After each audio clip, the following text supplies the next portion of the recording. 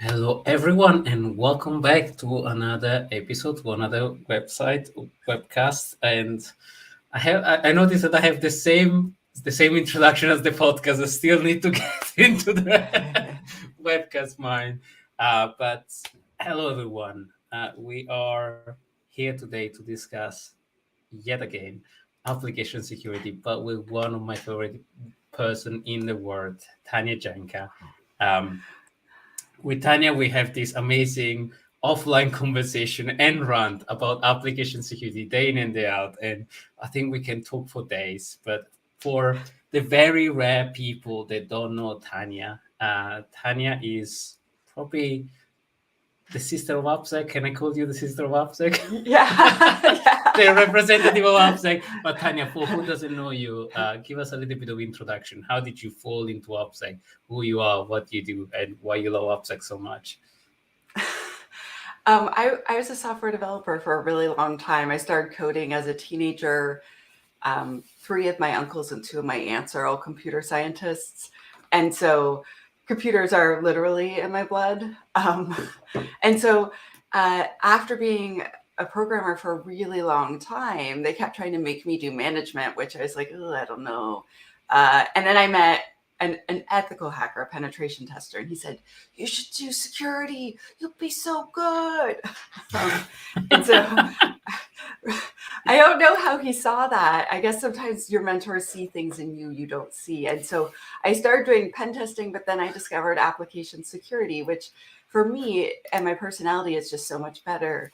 It's more social than pen testing. Mhm. It's a lot of so pen testing, you're supposed to come in, do amazing thorough testing, give them a report, and then you leave. And I'm like, I can't leave. They're not secure yet. And We're not done yet. exactly. And so it made more sense for me to be the person that stays or the person that like continues to follow up and creates systems and teaches, etc. And so yeah, so I really like AppSec because it's interesting, but it also feeds all these different parts of my personality that makes me happy. If that makes sense, like talking to lots of people, getting to teach things and show them stuff. I feel like I help people, and I like that. And I think we discussed this extensively offline that Hollywood made hacking so cool, but we're trying to make blue team and purple team, and then SheHacksPurple actually come from that um, so much cooler. And I guess that's our mission now to convince Hollywood to make Defender as cool as Attacker. I wish. I feel like so there's way more jobs as defenders, like full time, well paying, with benefits. You can go to the dentist types of jobs. Like penetration testing, you're often a consultant, or if you're doing bug bounties, you only get paid if you find the right things. And if you are going to work in AppSec, there's so many companies searching for AppSec folks right now. And so yeah, I'm a huge fan. And so I guess I forgot to say that I run SheHacksPurple, which is a small company that trains people on how to become application security professionals and secure coding and all sorts of stuff like that. Um, and and so yeah, my obsession is very clear from what I do for a living. So today, as I said, we're going to talk about application security. We prepare a little bit of an agenda. As Tanya like to say, we're going to tell you what we're going to tell you. Then we're going to repeat 3 times what we're going to tell you. And then we're going to wrap up what we're going to tell you. And I love that concept so much. So we're going to talk about application security and the maturity stage, why it's important to bring business together. We've been talking a lot in the industry about shift left, but we're going to talk about I like to talk it shift circular because the shift left, bringing right, and then shift up and involve up, basically. So involve the business, involve production, and involve left. And then really the topic that I like to talk a lot about that is how do you measure progress towards path to green, or how do you measure application security? Are you doing good? Are you doing bad? And we've done several webinars on this. We've seen different aspects of an application security program, from the effect of a bug bounty program that is reduced in terms of finding esoteric things with Brooks, Or with Chris Romeo, that is the metrics that matters and how to measure people and how to measure progress and how they're different. So we'd like to hear also your view. And then we're going to touch on the metrics that matters and a recent things that we published as part of a new OWASP project. Woohoo! The vulnerability management framework that is something as an open source community. I'm trying to push really hard to say, okay, what are all the steps that you need to do as an application security person in order to take something from discovery to actually solve, and how do you measure progress? And we had an overwhelming success so far. We had 40 contributors in a week, so I'm really taken aback. I think that's something that the board needed finally to be said that, and this is going to be part as well of DSOM. So we're merging this as well as part of the DSOM program, and maybe we'll touch it later. But I've talked enough, so I'll let you talk, Tanya. How do we? So what is, first of all, an application security program? Because I think we go very hot in the topic, but everybody has a different opinion about application security. What the heck is application security? If we can start on there. Okay, so my definition of application security is, so it's a subfield within computer science. So there's computer science, and then information security is inside of that. And then below that, there's there's many fields, and one of them is application security. And application security is all the things that you do to ensure that your software is secure. And so it could be sometimes informally. Like when I started, Frank, it was super informal. I was the dev that really wanted us to have a pen test, so everyone thought I was nuts. I was the dev that would ask all the questions of the security team. I'm like, can we do it like this? Can we do it like that? They're like, oh, it's Tanya again. And so, but then it was quite informal. It was like, I guess we'll do a thing. I don't know, maybe we'll go get a consultant. So when you have an application security program, it means it's official and legitimate and is part of the regular way that you run your business. So this means that, your system development lifecycle usually has one or more security activities that happen. There's documentation and policy that supports these things. Usually you have tools and you have resources that actually work on it. I've seen places where they're like, we want to have an appsec program, but we don't want to hire any appsec folks. Can the devs just do the whole thing for us? And I'm like, well, not if you want them to do a good job of their job. And the new job apparently you're giving to them, probably not. No. If you don't have someone to rally the troops and lead them, it's not going to go that well. And so I consider, application security programs being, this is officially what we do here to make sure our software is secure. What about you? What's your definition? I think I originally thought application security was all about testing webs and API, pen testing and so on. But the more, and I come from a software background, and the more I saw that, the more I saw the word application security morph to be, I think when DevSecOps came into play, it really, when the word of security and development came together, and application security actually morphed and changed drastically in this concept of ownership. And I think Travis and recently Netflix, it's the place where they actually do DevOps, where fundamentally security is responsibility of every developer, but security is an enabler, it's not a blocker, and it's two separate functions, but they collaborate together. But there is this concept of ownership from code, library, and all the individual function, and security providing the tool and the methodology and the insight to identify things. But really is a matter of responsibility for each development team to say, I own this thing from beginning to end. I'm responsible to say when to fix, what to fix, and how to fix it. Security, please help me. And that's, I think, the right culture and the right application security program. And I think I think the application security program for me now is a definition of a very wide definition of process, procedures, people that help each other, tooling, methodology. And I guess my day in, day out job is taking vulnerability from discovery to remediation. So, and that's a subset, it's a tiny part of the application security program.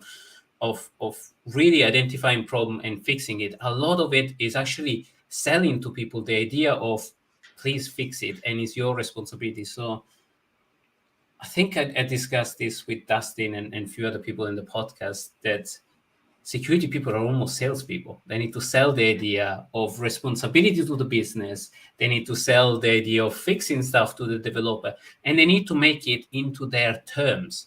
Because, and this is, maybe we can discuss this later on how do we involve the business in this. But if we discuss with the business in terms of millions of vulnerability, the business say, so what? I was alive yesterday. What is the impact? How bad can they be? And I have plenty of story, and I know you have fantastic stories on that. Maybe we can start there. So why is it so complicated for the business to understand application security, and how do we involve it? How do we make it simple for them? I feel like if you can explain risk in a way that they fully understand and that they can quantify, then all of a sudden they pay attention. So when I finally got a full-time job in security, I was so excited. And I remember I had a meeting with my boss and then his boss and his boss's boss. So this is like all the really important people. And I was like, this is happening. I'm upset. World's falling. And they're like, we'll talk about it next week.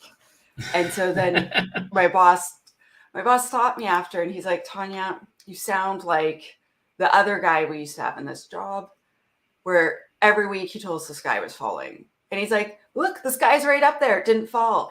And he's like, you need to tell us exactly how this could hurt us. And so it was a governmental agency. He's like, talk about how this could affect a Canadian citizen. Talk about how this could affect an employee of our org. So I came back the next week and I explained, okay, our business model has these two things as the most important things to us, right? And they're like, yes. And I'm like, this is the one I'm concerned of. So if we don't add this security header, what could happen, and I don't want to get into the specifics because it will make it really clear which organization I'm talking about, but I'm like, we need to block framing.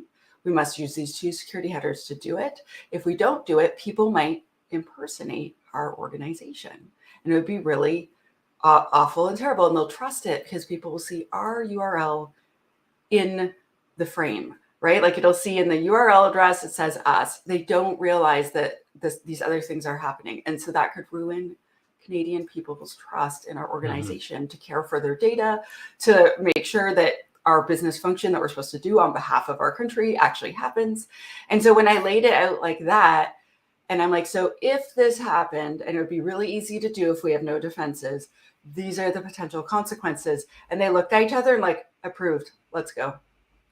And it was so amazing. And so then a few weeks later, I presented all of the different security incidents that we had, how much they cost, how much it would cost for us to eliminate those vulnerabilities in every single one of our applications, and the long-term effects of that. And they approved it. And so they let me launch my first appsec program.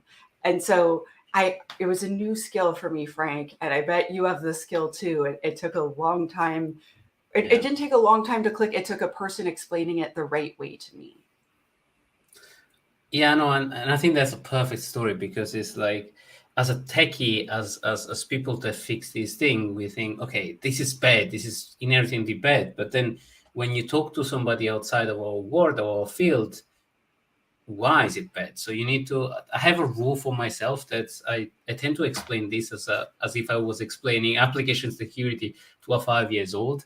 And you need to click to another person in their own terms, in their own mindset. And for the businesses, as you say, risk, consequence, impact, but something that is tangible for them. Because if we talk about cross-site scripting, or even the probability of exploitation of a specific vulnerability, that's ephemeral. That's something that is up in the air. When you say, oh, if we don't fix X amount of vulnerability, those can be chained together, or those can be exploited, and the impact on this particular API that we using to process all our car data, we could lose it for 1-2 days, equal, 1 million, 2 million, how much we're producing on a daily basis. Immediately clicks. Immediately that cause, effect, action, but in business terms, it clicks. And And without business, we don't have support of the devs to actually fix stuff.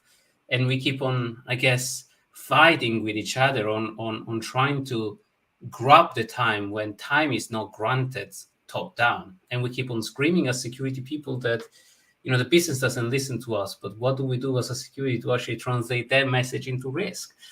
Very little. Yes, and it's the same with software developers as well. If we can speak using their vocabulary and explain it in a way how it affects them, and it sounds weird, but how it affects their application. Like when I made apps, that's my little baby out there. And if I knew someone was going to hurt my baby, I'd be concerned. And I remember giving a presentation with a deep dive into cross-site scripting, and my boss had said, it's really important you explain it's not just pop-ups, because they all think it's just pop-ups, because OWASP people, we always demo with a pop-up to show that we have cross-site scripting. Right. So we'll pop something on the screen and be like, look, I caught you. And I was like, no one thinks that. She was right. She was right. So I explained, so when I demonstrate this to you, it's really hard to make code visible. And so to make it visible, I'm going to do a pop-up. And someone was like, well, what do you mean? And I was like, so I could log all of your keys. I could potentially turn on your webcam and watch you. And I went through all the different things that could potentially happen. I'm like, imagine all the amazing things that you do with JavaScript. And they're like, yeah. I'm like, now imagine an evil, terrible, malicious version of you and how powerful you could be with anything that JavaScript could do. And he was like, oh my gosh. And it clicks, right? It's that light bulb that you see in the eye of the other person when he gets it. And it's like, that's a magical moment. That's one of the moments that I cherish the most, where you contextualize maybe problems and the other person get it. And then there is this magic effect that is the collaboration between security and development. It's like, okay, let's fight this together. That's the right rally that I love. I remember in that same session, this man stayed after and he's like, that is a very interesting presentation. I know that my team doesn't have any of that. And I was like, okay, well, will you do me a favor and do the little test? Because I gave them some code to test. And he's like, okay, sure, you got it. And so then maybe a week later, I saw him in the cafeteria and he was this super tall man. And I was sitting down and he's like, Tanya, I've had so many cross-site scripting, and I found one, and then I found another, and I was like, oh my God, oh no, the little security lady's right. And I'm like, I'm not little, I'm 5'9". But compared to him, I'm very little. And so he's like, so in Canadian term, teammates, they were little. I know. So then he like brought all of his team in, and he was the team leader. And he's like, we went through and every app had it. And I told them about your presentation. I was like, we have to show Tanya she's wrong. So we have to fix all of this. So he's like, next week is cross-site scripting week. And we're going to fix every single one. And then next month, when you do the next OWASP top 10 thingy, we're on it. So watch out. And I was like, yes. I like that week. I like every week we fix a type of issue, because I think that's a systemic approach that we sometimes miss on security. We tend to push maybe policy, maybe metrics, but they are uncontextualized metrics.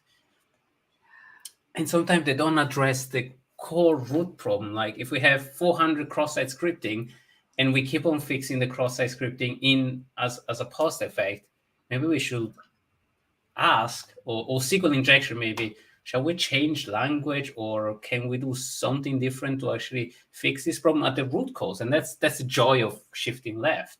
But without data, we are completely blind and completely serving just these tools spit out the vulnerability if you have the tool. Hence, we need to fix the vulnerability. So we still react. We always fighting back. Do you have this feeling that we are constantly trying to catch up if we don't have enough data? So Frank already knows I'm super biased. So I make a lot of decisions with business, like with data. So with SheHacksPurple, we like measure everything, and then whatever wins, we do the crap out of whatever that thing is. And so whenever I do security stuff, like I'll go in to consult somewhere, Frank, and I'll say, give me all your scan results from the past, like however many years before I got here. I mash it into Excel, which is a very powerful tool, but that's not what it's made for. But the client always has a license, right? And I smash it in there, and I'm like, your main 3 things that are terrifying that are happening are these. And I want to stem the bleeding on those over the next 3 months. I want to work really hard on either eliminating or lowering those. And then at the same time, we're going to start regularly getting metrics and figuring out if people are fixing things and like, where are these things coming from? I feel that without data, we can't make the best decision. So we can still make, like, it's a good decision to scan a web app with a scanner, like whether it be DAS, SAS, SCA, it doesn't matter. It, like, obviously it's going to be helpful in some way. But if we take the data of the scanner and we look like, oh, by team, by technology, by this, by that. I'm going to tell one story and then you could, because I feel like I'm big on sorry. No, I love stories. I think stories is the stuff that, again, contextualize for our audience. If we talk about abstract stuff, like if we talk about relatable stories, like we've been here, we've done this, actually it does work. So I talked a client into getting a vulnerability management tool that would like do metrics and stuff. And they said, oh, it's worthless. It's not doing anything. We see no trends, blah, blah, blah. And so I come in and we're looking through. And so they had maybe 100 or more apps, and they had around 6 PHP apps. And most of the rest was written in Java or .NET. And they had like a sprinkling of Python-y stuff. And we looked, and I searched vulnerabilities by technology. And somewhere between 70 and 75% of all their vulnerabilities were in those. I can't remember if it was 4, it was somewhere under 10, like 3, 4, 6 apps out of 100. 70, I think it was 75% of all their vulnerabilities. And I was like, did we see a pattern now? And he's like, and of course the guy's like, I feel so stupid. Like, that's so obvious. And I was like, so what we need to do is pay. So the reason why they hadn't seen it was because each one of those apps was with a different team. So it looked as though it was spread out amongst the teams, but really it was the technology. And it turned out eventually most of those had been acquired by a specific company, and they had spread out that work amongst the employees over the years. And so no one had given it a facelift. And so, of course, PHP, secure coding training, a whole bunch of like static analysis. And it's like, let's just attack these and make them not so scary. And so it became so clear where to concentrate to protect our organization the fastest.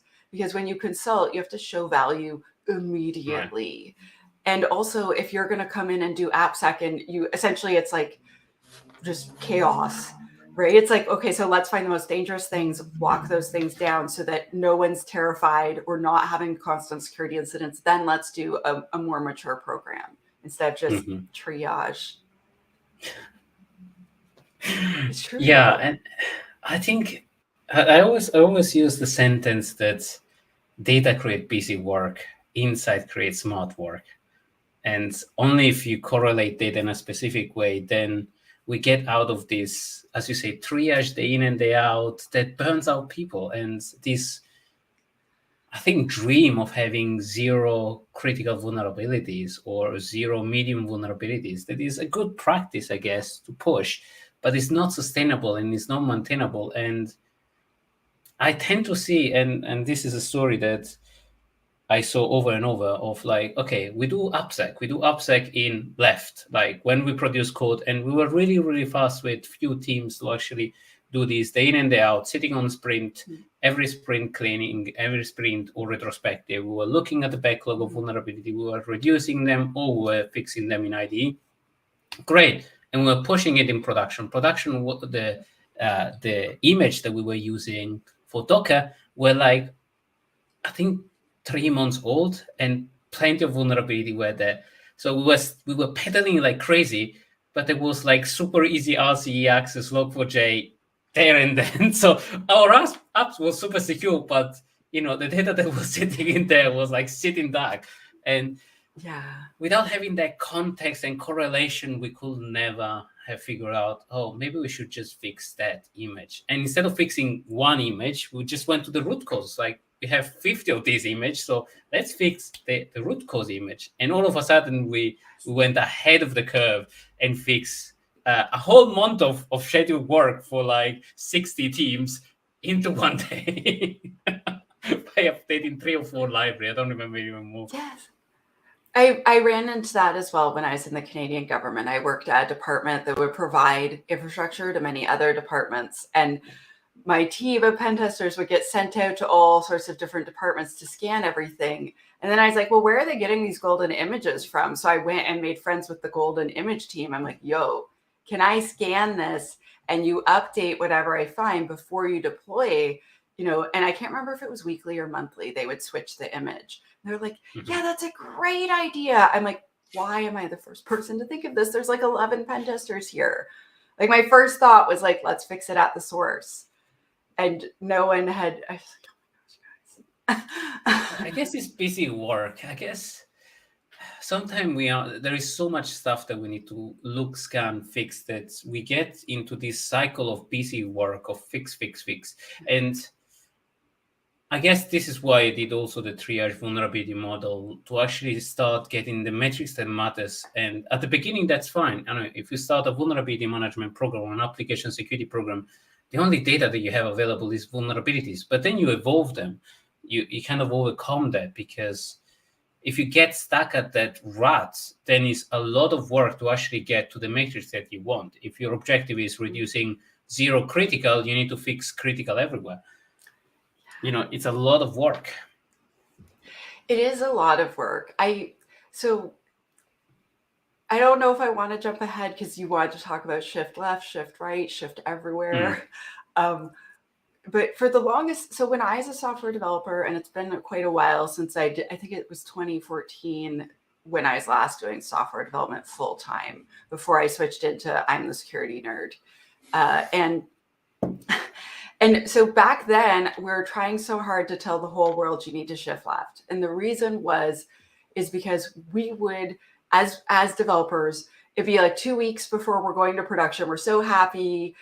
The security team has left us alone the entire time. And then they show up, they're like, boom, we're the security team. We scanned your app. It's crap. You need to fix these 500 things. You suck, Janca. And then I'm like, I'm not going to be able to get my iPhone on time. I'm very sad now. Because it'd be so disappointing, right? And so The idea of shifting security left was start security at the end of the system development lifecycle, which is the thing all of us developers live and breathe all day. Why don't we start earlier, like right at the kickoff meeting if we can, right? And provide security requirements, provide design expectations, etc. So that then by the time you get to that pen test, the pen tester has to work really hard to find something wrong. And so the idea of shift left was supposed to be start security earlier in the SDLC because it's cheaper, faster, and easier to fix things then than after. Like each step, it costs more. But then, Frank, you probably know this. So I'm going to rant ever so just this much. Basically, vendors were like, hey, shift left by buying our product and then all your dreams will come true. Like if you just buy our product, shove it into the CI/CD. Don't worry, you don't need to configure it. It's perfect. It's not. No, we're a shift left product. Buy us. You're gonna achieve shift left. And even products that should definitely not go in a pipeline got sold like that. And then no one was doing security requirements. No one's doing threat modeling, or very few are doing like design reviews. And so then it's like, oh, I shoved your $400,000 worth of tools into my CI/CD, but there's still tons of bugs, and there's still design flaws, and there's still this. And so I feel like shift left got co-opted. And so my new mantra is shift everywhere. Like I want to have security throughout the entire SDLC. And so some people call it shift right. Once you go out into production, how do I continue to ensure that app, like keep my eye on it to make sure it's safe, but also do updates and maintenance and other things to ensure it continues, not only that I have my eye on it and I'm detecting things, but that it is tough and rugged and can defend itself. And so I call that shift everywhere. I don't know what else to say, but like we must have security throughout the entire SDLC. And once it gets out into prod. And so a lot of these vulnerability management tools are really helpful because they keep track of all that stuff that's out in prod because it's still our responsibility. And I find sometimes the security team's like, goodbye, dear app. I'll never see you again unless there's a security incident, in which case I will swear at you. Not anymore, though. Not anymore, because we have this cool concept coming up that I really love when I saw it. That is SRE and observability and site reliance engineering that connect with DevSecOps, where you have Dev and Ops actually coming together, and you're actually responsible, regardless of the life cycle where you are, of the application. But also, a lot of organizations still think in a silo way, regardless of the DevSecOps. Like you have operational metrics, you have operational people that maintain patch, maintain your image, your container and cloud sometimes, and your developer.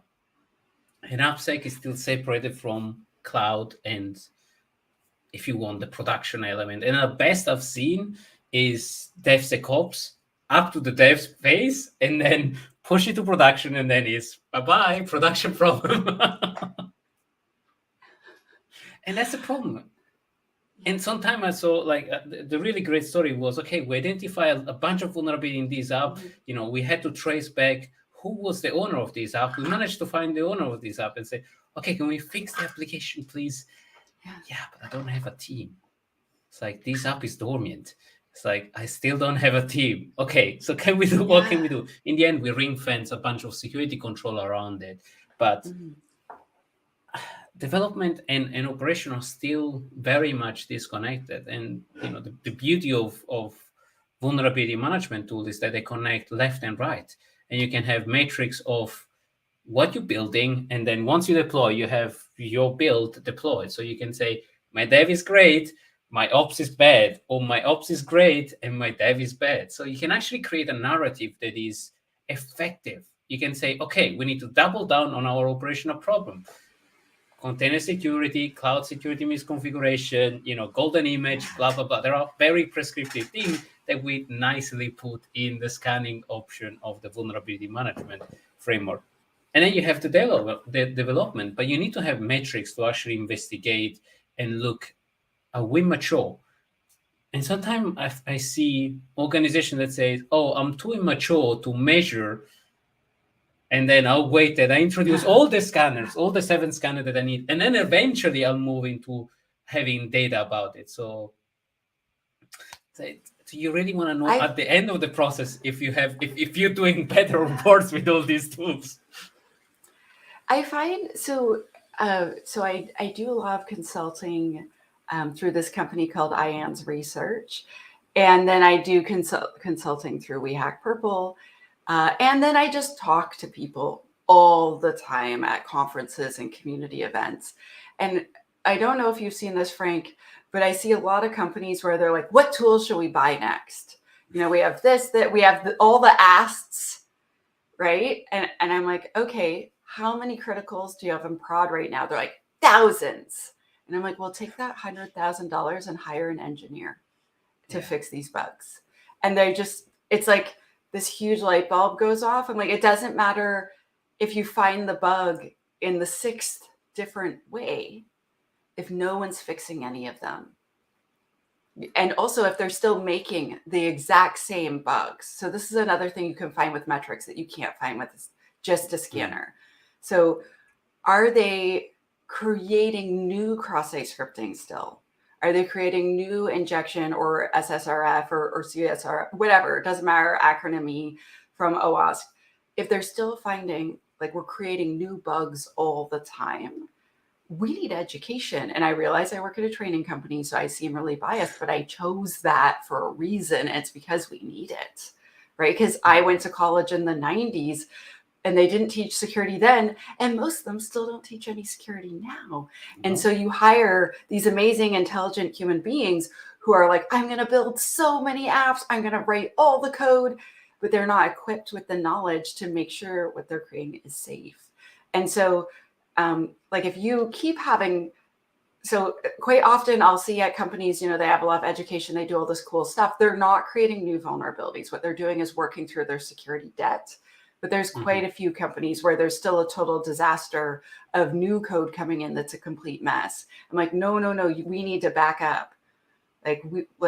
Yes, we want to fix these things, but we want to spend a lot of time making sure we no longer are creating new messes on the floor, so to speak. And sometimes going through the pain of actually fixing the same problem over and over and over. Like if you get the image and then the next week is getting the same image, but we fix it. But we picked it from the golden image that was sitting in there. Well, at the fourth time, they're very intelligent people would say, well, maybe we should fix that. So I think working through the security backlog is another big thing that's, I think we lost a little bit with Shift Left, because a lot of the narrative around Shift Left was, okay, fix the bugs as soon as they come out of the CLI. That is great, because sometimes it's like a line of code and I said, yeah, I can fix it there and there immediately.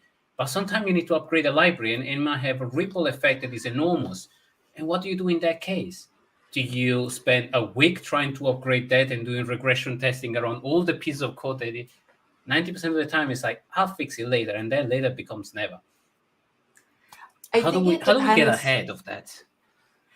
Okay, so we could get ahead of those things by having very little technical debt. So having a plan and making it an official part of your program or policy where you actively have to maintain these old applications and you have to upgrade them regularly. However, a few places do that.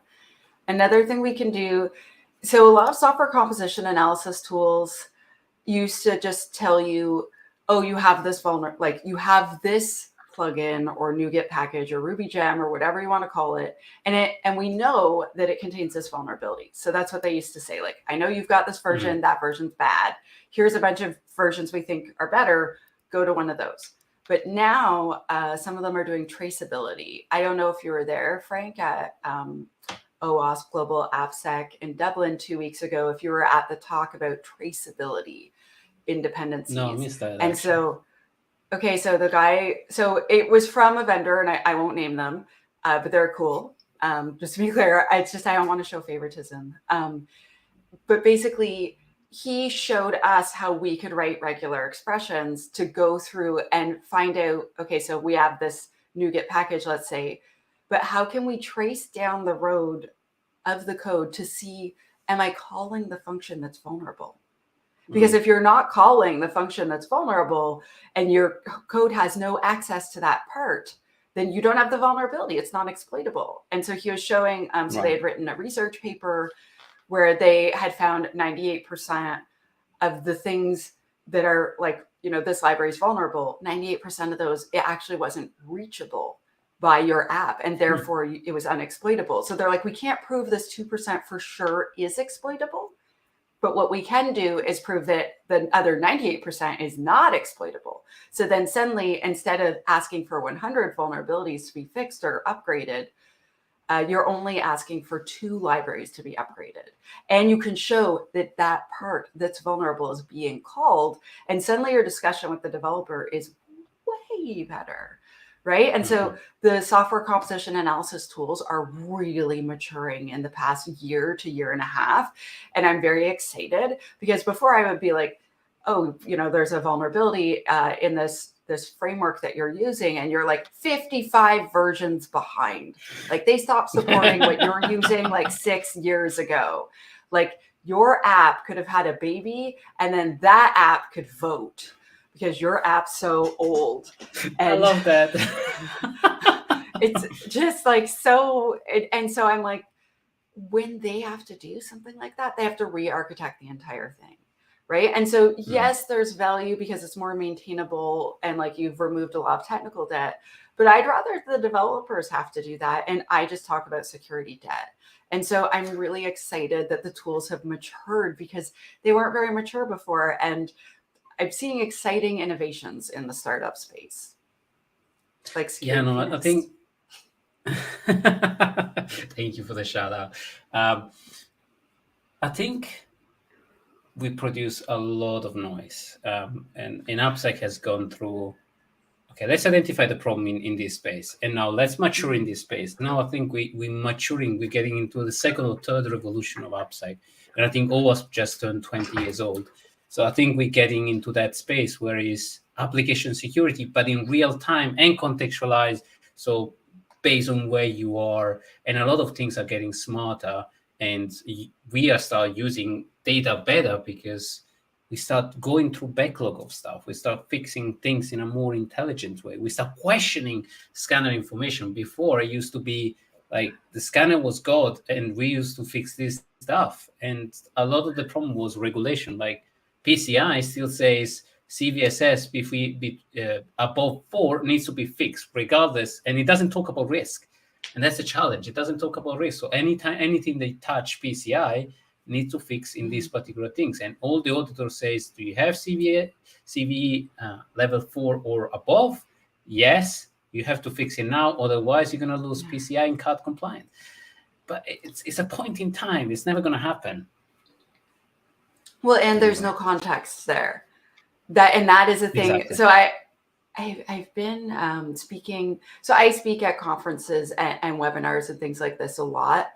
And a lot of companies have been focusing, like our startup companies have been focusing on how can I give you contextual security information? So that's nice that it's a 7, the CVE is a 7 or the CWE is an 8 or whatever ranking system you're using. Oh, it's a critical, but is it actually critical for our business? Like, could this harm our customers? Could this harm our employees? Could this harm our reputation? No, I don't care. Like, does it ruin one of the CIA confidentiality, integrity, availability of one of our systems? And does that hurt our employees or in the case of governments, like our citizens, right? And so if you take that information and you look at it, it's like, you know what, maybe we don't need to fix that. Like I remember years ago, I got a call on a Sunday to do incident response. And I looked and I figured out, okay, so there is an SQL injection in this 5,000-year-old app.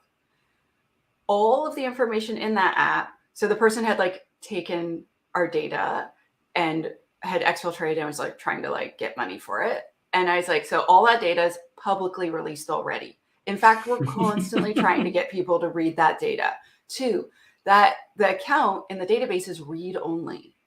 And so all they can do is select. So they can't change any of the data. And then 3, I'm like, the database is hardened. It's been recently patched. I'm like, okay, so is this embarrassing? Yes. But by the time we figured all that out, it was maybe like 8:30 or 9 p.m. Wow. It happened to be my birthday. And so I was having a birthday party that evening. And, the party had started and I'm upstairs in my bedroom trying to manage a security incident. Everyone's eating all my oysters, drinking all my champagne. And so I was like, okay, so I'm going to pass you off to my other incident manager, but I don't think we're going to call in the dev team tonight, right? Like I'd have to look up their phone numbers on the internet because they're not on call for this. And I think we can wait until Monday morning to fix this. And the guy just yelled at me that I wasn't taking security seriously. And I was like, so I'm hanging up now. He's like, you're just leaving because it's your birthday. I'm like, so I probably would stay on the phone with you longer to comfort you. But I don't know how to say this nicely. You're overreacting. What is the risk? What is the risk? Should I fix this? Yes, obviously. But and that leads to burnout. Yeah, exactly. And that leads to burnout. No, these are humans. These are human beings that I'm going to tell to on Sunday night, wake up in the middle of the night and come to work all night. And why? What is the risk? How's this harming our business? How's this harming citizens? How's this harming our, and he was just like, blah, blah, blah, blah, blah. And he was so angry. And then several months later, we had what's it called? A postmortem with a whole bunch of us to go over all the major security incidents. And he brought it up and he was like, she hasn't taken security. And he was just so angry. He refused to shake my hand at the beginning of the meeting. Wow. And I was just like, wow, childish much? And I was like, you know what your problem is? And he's like, what? I'm like, you don't understand the context and you don't actually understand software, how this vulnerability works. You just see it's a 10. That's all you can see. You can't see that this specific with all these other mitigating circumstances is actually not a 10 at all. And everyone was very like, what is wrong with that dude? I'm like, he just doesn't understand. And I tried to explain and he wouldn't listen. And sometimes you just got to let that go. But he's the security guy that makes no one want to talk to the security team because he won't listen. Yeah.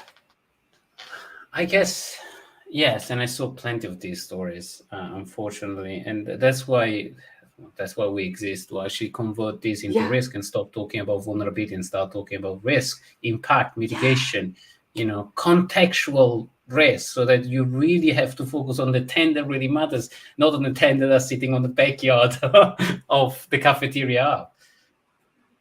Yes, it's The so really true. important stuff. The really important stuff is the externally facing API that process your critical application, or some application that is exposed to a specific level, things that are exploited all the time, and we have plenty of data available out there. But I guess we still focus on a lot of tooling and a lot of integration. I mean, a lot of organizations still need to get ahead of tooling. But there are also fantastic tooling that are integrated. Like we have Zap to actually scan and assess our website. We have Dependabot that is integrated in Git, and it's like a couple of clicks. I don't know, we have Inspector Detector that's in AWS that you can enable with like even a Terraform script, or just 4 clicks, and have all the assessment done there and then. But then you have a sea of data that you have to go through. And, that's where we come in to actually say, okay, you don't need tooling, you need this assessment. And then you decide, okay, this is the hot areas. Maybe I need to do better with a more commercial tool. But there is a lot of open source stuff available. They're going to give you good result and data, and then you can decide what to work without spending, I don't know, 400 millions on an application security program. I feel like you and I and a lot of other AppSec folks are interpreters, because like the person I talked about, but many, many times in my career, it's that they don't understand how the thing works. And that's where a lot of fear comes from. Like I remember when my very first security job, this guy's like, oh, our scanner said that this is vulnerable to SQL injection. I'm like, there's no database attached to this app, so we're not. And he's like, no, but the scanner said it's critical. There's like, it said we must do input validation. I'm like, no, there's no database. All it does is it takes that value, and then it sends, and it uses it as an email address, and it attaches their little message, and it goes to an inbox. And at the inbox, I would definitely like to take a look at what's arriving there and see if there's some scary stuff going on. But there's no database attached to this. And once the email gets sent, that doesn't automatically go to a database or anything either. And I was like, what I want to look at is like, that attachment that's going over, I want us to scan that with a scanner before anyone has the chance to open it. I want, and he's like, no, but there's SQL injection. I'm like, there's no SQL. How can you inject SQL? There's no SQL interpreter because there's no database server. And I was drawing pictures, and like after an hour, he's like, I guess we have to ignore this result. And I was like, but it was so painful for him because he didn't have knowledge. Like he was a security person. He'd always been a security person. He's never coded. He doesn't know what the architecture of an application looks like. He's the dude that is in charge of the firewall, the applications control tooling, like file integrity monitoring. He's that guy, and he's awesome at that. And he could mop the floor with me on those topics. But here he is, the more senior person, and he's like, I'm listening to the person who's like 6 weeks into her first security job. I don't know if this is a good idea, right? And so then my boss took me aside later. He's like, I need you to speak more confidently, even if you're not sure. You need to speak confidently so everyone has the faith in you. And if you're not sure, go research after the meeting. And then if you are incorrect, issue a very, very confident correction. And I was like, oh, like after further research and conferring with my team, I see that there's another option available to us. And it's this. I want to change my recommendation based on additional information, blah, blah, blah. And he was such a good boss. He was so smart. Yeah. So I guess navigating office politics is, I mean, a lot of InfoSec folks don't have a background in software development, and God forbid I touch a piece of code anymore, because it's 10 years that I haven't touched a piece of code. If I write something in Python, I don't want to even look at it. But it's true. A lot of us have come through the ranks and have grown up into, patching system and fixing firewall and infrastructure. So the perception of a lot of code is scary. And it takes a lot of humility to actually go to a dev and say, look, I don't know what this is. I don't know if this might be affecting you, but it looks bad from this kind of result. Can we work together? If like that creates such a powerful thing. And that's why the security champion programs and part of an application security program is so effective, but also require a lot of humility from both ends to actually sit down. And that's why I said application security people are sellers. Yeah. On the other hand, we need to have time on this, and we tend to spend day in and day out arguing around vulnerability triage, and maybe that vulnerability may be sitting in the back of the room, and we're not taking care or discussing the mitigation of the critical vulnerability that's popped up in our main website, main API that's process all our card data or our customer information. That's what we should focus, and that's what a mature or even an immature application security program should pop up saying, big red alert on our critical crown jewel apps, ignore everything else, fix that. And there might be the chance that somebody pop a door on a laptop of a developer in their house, and I'm not naming names, and it gets to that back door. So it still might happen, but what is the likelihood of that event to happen versus another event? Or actually, if that event happened, means that your application security program is really mature because they can't find any other way to get to that application. Yeah. I'm looking at our agenda, and I'm sorry, I took us totally off track. Now, I guess we went originally we touched on application security. I think we haven't touched a lot on the metrics and the maturity of an organization, but we touched really on the story that day in and day out we face. And I guess it's a little bit of PTSD within us on all the stories that we've been through and a lot of pain. But I wanted to maybe take a little bit of chance to actually show a little bit of the work that we've done as well with share the screen. Let me see if we can see.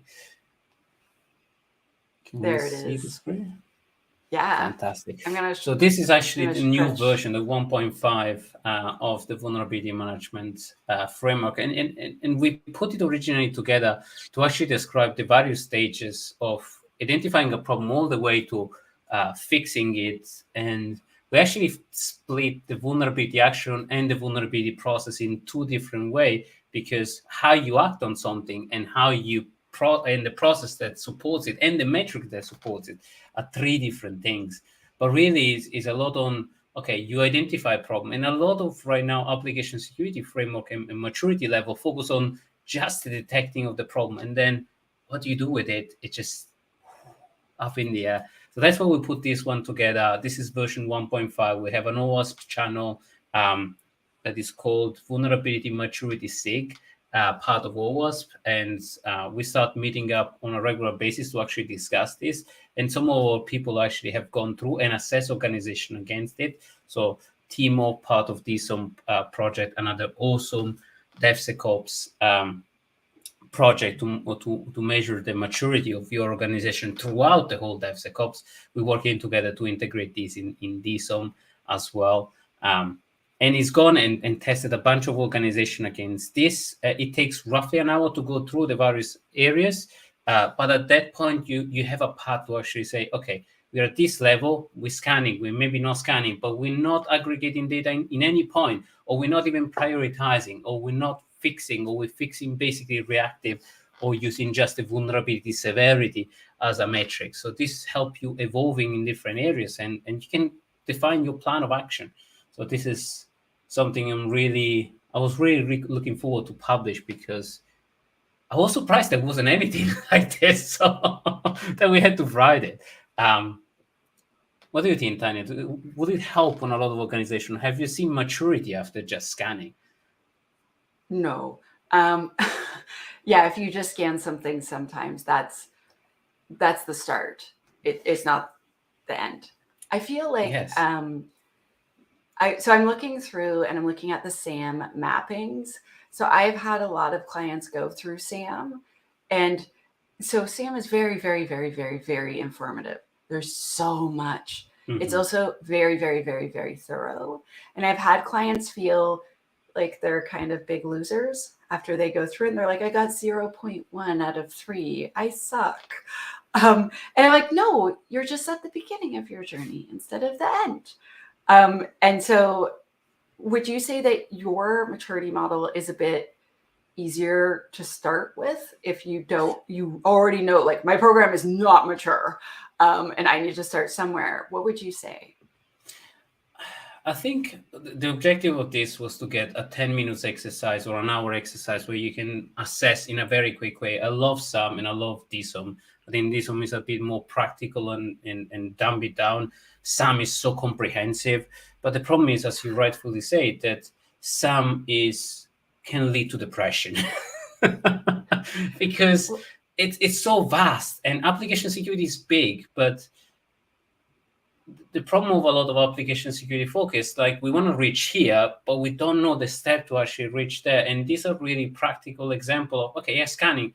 What do we do with this stuff? How do I measure? And it's mature in different area, and it's a scorecard. So it's very easy to actually assess yourself against this. We're actually writing a number of recommendation and action. How do you get to the next level, or what are the minimal stuff? So this is evolving as well. But we don't want to make it complicated. We want to make it super, super simple and easy to use. Of like, are we scanning our repo? Are we scanning our image? Are we scanning our operating system? Are we aggregating all this stuff somewhere, or are we just leaving it? And even if you're not mature in aggregation, but you're mature in detecting and you're mature in measurement, it's fine. So you can be mature at different stages. And that's the other objective we wanted to achieve, to not just go by bands and say, okay, we need to be mature at level 3 across the board, otherwise we're not going to pass an audit or other stuff. We wanted to create a model, and I wanted to create a model that was evolving in different areas so that you can define your plan and evolve your plan, but also something that is immediately actionable. You look at this and say, okay, in order to breach here, I need to scan my code, I need to scan my image, I need to have kind of an idea of what to do with my vulnerabilities, how to eventually prioritize, or how to measure maturity. And I didn't want to demonize, because a lot discussion in the industry right now is demonizing CVSS and demonizing vulnerability severity. It's true, it's not the best method to use it, it's not the best way to communicate, but in absence of anything, is good enough for maturity 1. And then you can say, okay, I want to go to maturity number 2. I want to start measuring per criticality of my application, or by risk. How do I do risk? How do I calculate the probability of exploitation? That requires a lot, some toolings or some information to actually calculate risk. But in the meantime, you want to evolve, but you don't feel bad just because you're using a metrics. It might not be the best metric in the world, yes, but it's good at your maturity stage. And that's the other objective. I wanted to stop the blame game or the shame game, to actually say, okay, you're good enough for this level. Now let's work for the next level. It's a positive encouragement rather than, oh, we're absolutely terrible at this stage. But yeah, use it, use it, test it. And so the OWASP project is called what? Vulnerability Management Framework, and the channel is Vulnerability Management Framework SIG. I've done plenty of posts to actually include as many people as possible. We've done a couple of blogs. I have a white paper in production so that we explain a little bit more around this. And we're going to start meeting on a couple of bi-weekly basis to actually discuss the adoption and effect. And we have the Slack channel on the OWASP portal. So it's growing as a baby. And when you edit this, you should put the links on the screen as you say them. Yes. So that people can can go.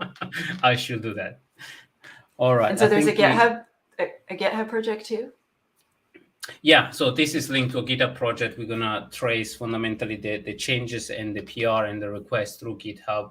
All the artifacts are available through there. So this is just one of the artifacts. There's a scorecard. There is a spreadsheet to enable you to evaluate. There is a model and a framework described in different ways. So you can put this nicely in your presentation and color your boxes in a nice way and put it in a PDF presentation. So you can present color boxes and say, we need to go from here to here, and it's a nice, easy way to actually produce. And all of this is, I'm going to link it on the comments of the video so that you can reach out the information around the vulnerability management framework. Awesome. Thank you for sharing. All right. So I think we almost covered everything. So maybe let's wrap up as we're coming towards time. So we discussed maturity model and application security maturity, and now we touched on metrics, on the challenge on triage. What would be the final message you leave folks that are maybe getting into application security journey, and how we encourage them to actually walk this difficult path, but with a positive mindset and attitude? You know me, I always try to be positive. I would say that if you are going to join application security, there's a bunch of things you can look forward to. So one is your job's never going to be boring. There's always going to be new things to learn. There's a lot of really great people that work in this field. I have made so many friends in appsec, like tons and tons. There's more than one very supportive online community, often with local chapters. So there's the DevSecCon community, there's the OWASP community, there's the SheHacksPurple community. There's a lot of groups that are very excited about appsec. And it pays well. You will never not have a job. So there's like a lot of like really positive benefits of working in appsec. And I guess every day you can know what you're doing is working towards protecting people. And so the work you do is noble. And I like that. I like thinking, what I'm doing is helping to protect others. And so, yeah, it's a pretty good combo, all those things combined. Making a difference in software security and making the world a little bit better together. I love that. Yes. So thank you, everyone. Thank you, Tanya, for coming on the show. Everyone, if you want to, again, look at phoenix.security, if you want to get the latest on the vulnerability management framework, we have a couple of blog posts on that. And we run as well assessment to all our friends and client. Phoenix Security is also available for all our OWASP friends. So if you want to play around with a vulnerability management aggregation system, we made it available to everyone to test and get started with your application security and vulnerability management program. This is your host, Francesco. It's the lovely Tanya coming on the show. Thank you so much. And thank you, everyone, for listening. Bye, everyone. Bye, and stay safe.